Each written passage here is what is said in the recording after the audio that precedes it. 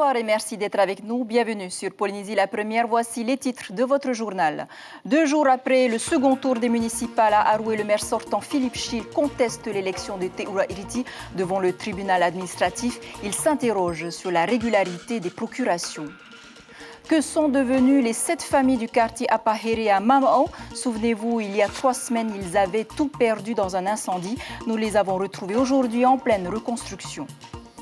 Et puis, bonne nouvelle pour la population des îles, Air Tahiti reprend tous ses vols dans les archipels le 7 juillet prochain, 43 destinations. Un protocole d'accord a été signé ce matin entre le gouvernement et les patrons de la compagnie aérienne. Et vous imaginez bien sûr le soulagement des populations et des prestataires touristiques comme à Maupiti. Le maire Wellington Rofo-Ore est notre invité Messenger ce soir. On vous retrouve dans un instant à Tavana. Mais avant d'aller plus loin, Philippe Chil n'abdique pas. Il a décidé de contester l'élection de Te Urairiti devant le tribunal administratif. Le maire sortant de Aroué s'interroge sur la régularité des procurations. Je rappelle que l'écart de voix était de 79 voix. Stéphane Ratino et Gilles Tautou. C'est une bataille juridique qui s'ouvre. Philippe Chil, entouré par ses partisans et épaulé par son avocat, a décidé de saisir le tribunal administratif. Ce n'est pas là une surprise. La lecture du droit devient régulièrement un 3e tour de tout type d'élection. Encore une fois, la question des procurations est centrale. Ce sont des procurations qui sont écrites toutes de la même écriture, datées du même jour et de la même heure. D'accord. Une centaine de procurations? Alors plus d'une centaine, oui. Et comme on sait que l'OPJ a l'obligation, l'officier de police judiciaire a l'obligation d'avoir la personne devant lui, de vérifier son identité, d'avoir sa signature devant lui, d'avoir le document rempli devant lui, tout ça apparaît très curieux. Dimanche dernier, plus de 300 procurations déposées pour l'élection, le double voire un peu plus en comparaison avec le premier tour du mois de mars.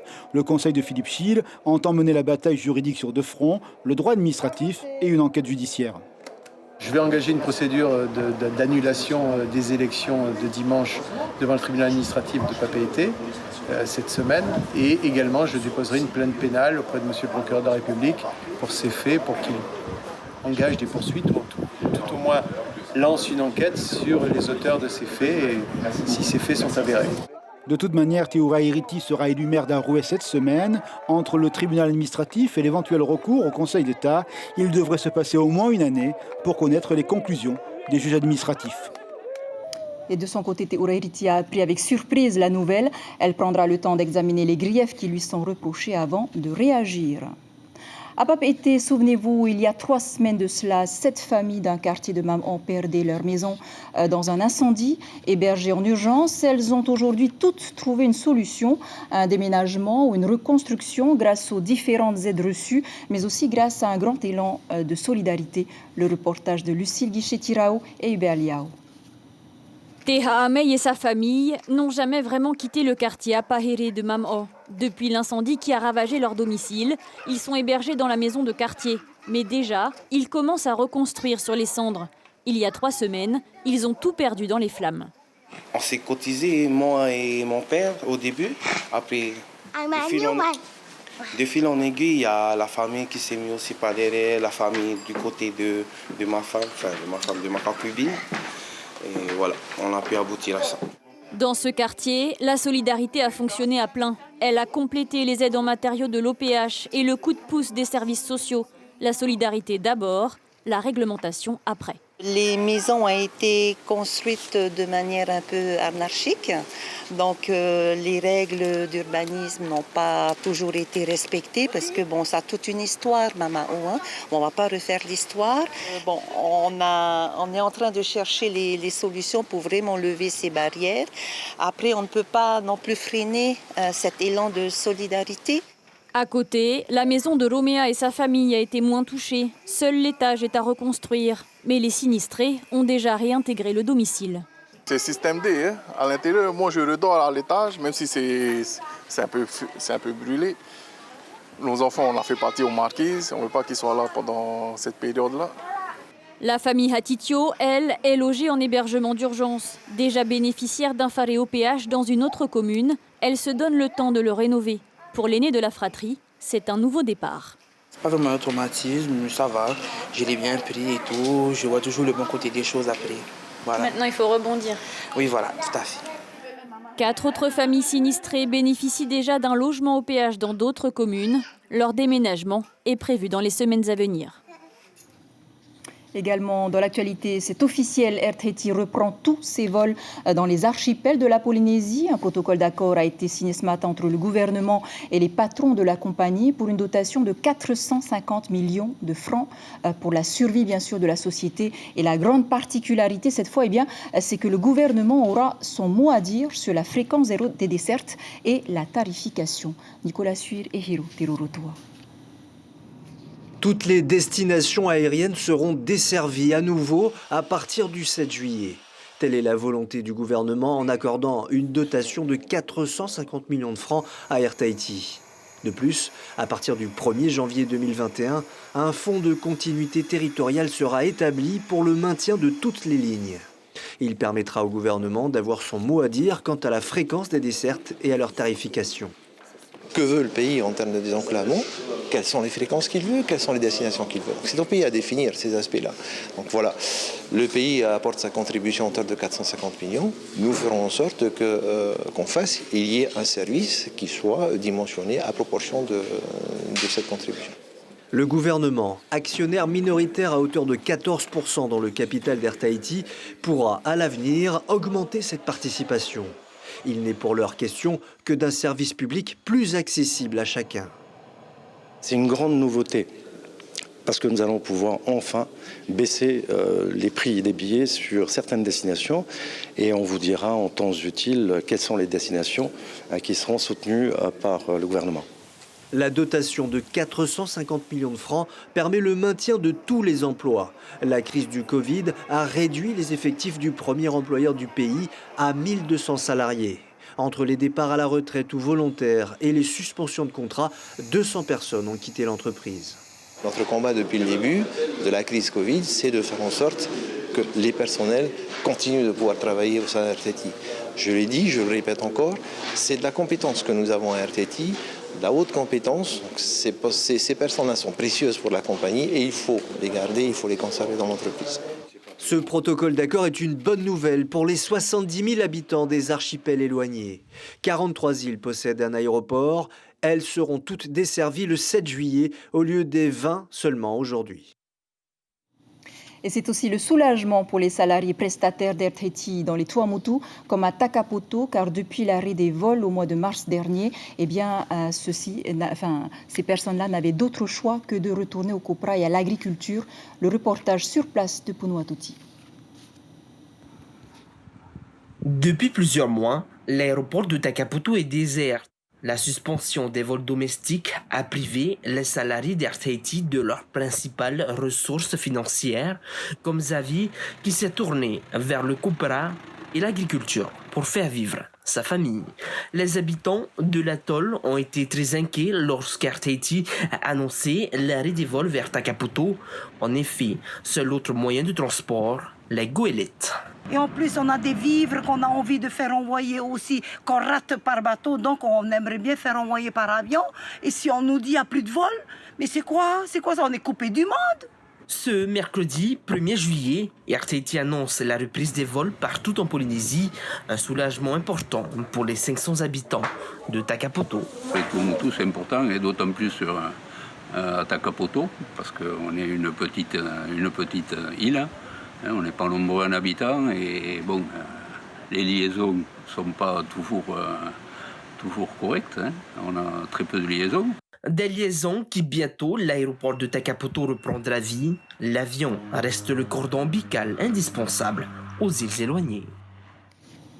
Et parmi les destinations qui seront à nouveau desservies par Air Tahiti à compter du 7 juillet prochain, l'île de Maupiti aux îles Soulevant, Wellington Rofo Ore, merci d'être avec nous ce soir. En tant que maire, est-ce que vous êtes soulagé pour votre population?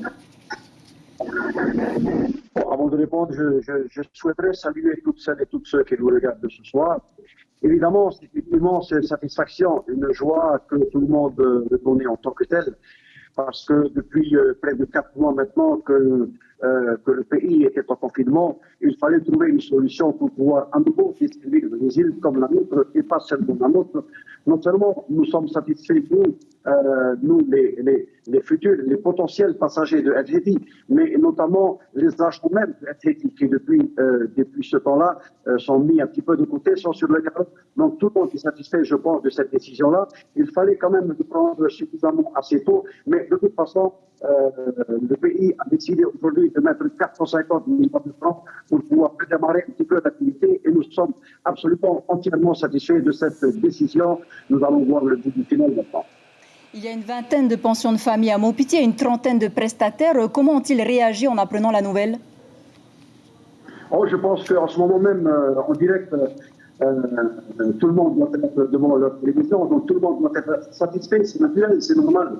Et donc, sans les avions, il n'y a pas de touristes, et sans les touristes, les pensions de famille ne marchent plus. Et donc, il y a les prestataires, comme les pêcheurs, comme les agriculteurs, comme les artisans, eux tous. Donc, c'est toute une économie qui a été impactée aujourd'hui à Maupiti, et pas seulement à Maupiti. Donc, nous sommes très satisfaits de la nouvelle qui est tombée, de la convention qui a été signée entre le pays et Air Tahiti ce matin. Et je pense que tout le monde est satisfait, dont moi-même en personne, puisque j'avais notamment rencontré les ministres du tourisme, le ministre Jean-Christophe Bussou, avec le directeur général de Air Tahiti. Nous avons commencé à entamer des discussions et enfin aujourd'hui, nous avons été entendus.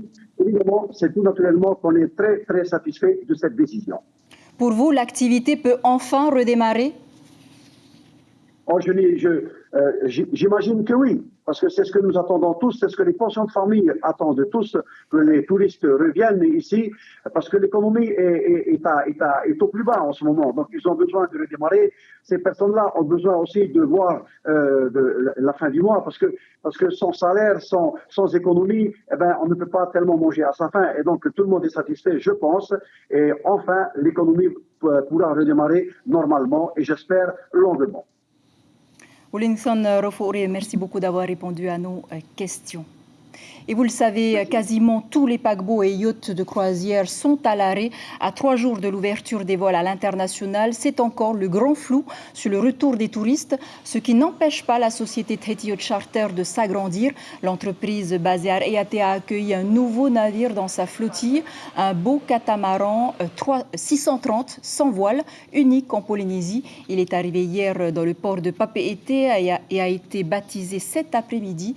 Un yacht qui vient s'ajouter à une vingtaine de catamarans déjà exploités pour recevoir une clientèle haut de gamme. Voilà, des images signées Hubert Liao.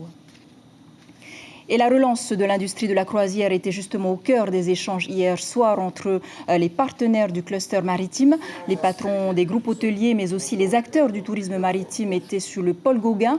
Les enjeux de l'économie bleue et la nécessité de réouvrir nos frontières ont été largement débattus.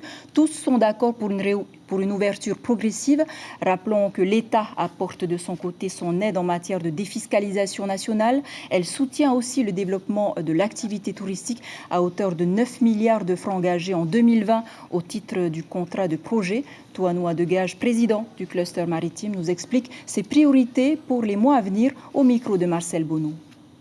On a des axes prioritaires, on a des sujets prioritaires sur lesquels on va devoir travailler. Parmi ces sujets, il y a bien sûr l'après-Covid, comment gérer l'après-Covid et surtout faciliter le retour de l'économie. Le deuxième sujet, c'est le pôle de réparation maritime, qui est un sujet qui nous tient à cœur, sur lequel on a bossé déjà depuis pas mal de temps et qu'il va falloir finaliser dès que possible.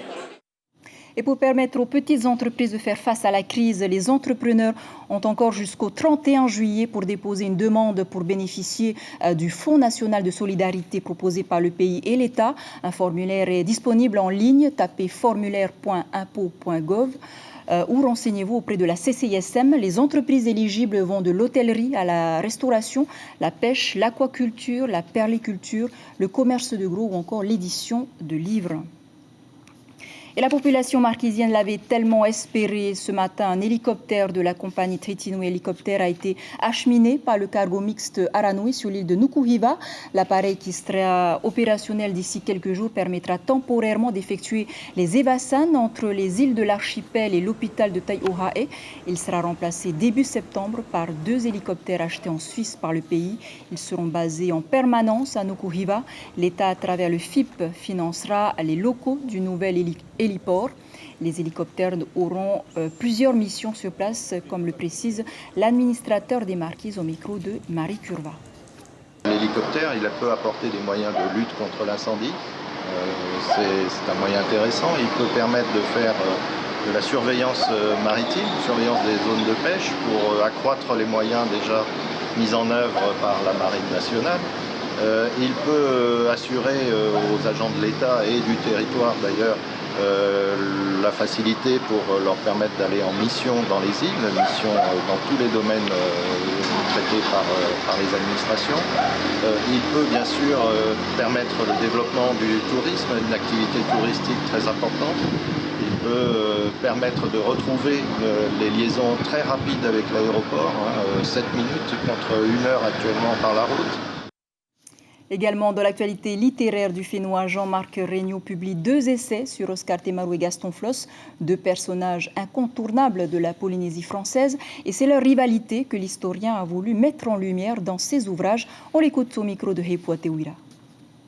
C'est un petit peu l'histoire de leur rivalité qui finissent par s'amenuiser, quelquefois qui rebondissent et puis qui reviennent, semble-t-il, à des points communs. Voilà, c'est donc ça que je voulais mettre en lumière, tout en montrant bien que c'était 2 hommes totalement différents, avec des options parfois très très différentes, et un état d'esprit différent. Par exemple, Oscar Temaru, ici on l'a appelé l'océanien de cœur. Gaston Floss est aussi un océanien de cœur, mais il est aussi tourné vers la France. Voilà 2 ouvrages à découvrir dans vos librairies habituelles. Nous allons clore ce journal avec de jeunes enfants qui ont participé à un concours de selfie avec pour thème Montfénois dans l'objectif. Une première pour les 62 participants, dont de nombreux enfants qui avaient présenté des selfies très originaux. Ils ont été récompensés donc ce matin. L'organisatrice de l'événement Mihimana Rota nous explique l'idée de ce projet au micro de Nicolas Suir et Hiro Terurotua. Le selfie reste une technique rare utilisée en milieu scolaire. Il était convenu d'inscrire dans cette photographie, dans cette production, un message écrit en lien avec la francophonie ou un slogan. D'où cette idée de réaliser cette production selfie. Voilà un projet qui sera reconduit donc l'an prochain. Et c'est ainsi que s'achève ce journal dont je vous rappelle l'information principale. Le gouvernement octroie une dotation de 450 millions de francs pacifiques à Air Tahiti pour que la compagnie puisse reprendre tous ses vols dans les archipels le 7 juillet prochain. 43 destinations totales. Le protocole d'accord a été signé ce matin. À la une de vos quotidiens, demain, la dépêche titre Philippe Schill dénonce une tricherie. Tahiti Info, Schill accuse. Voilà pour l'essentiel de l'actualité. Merci de nous rester fidèles. 5h30, vos infos radio. On se quitte sur ces adorables selfies. Belle nuit sur la première. À demain.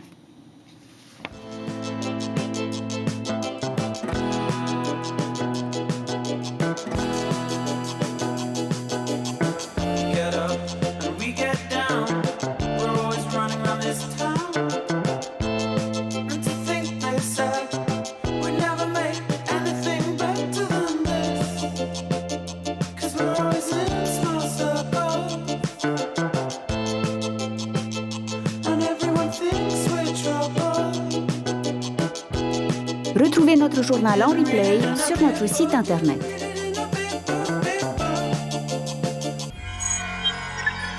Retrouvez ce programme en replay sur notre site internet.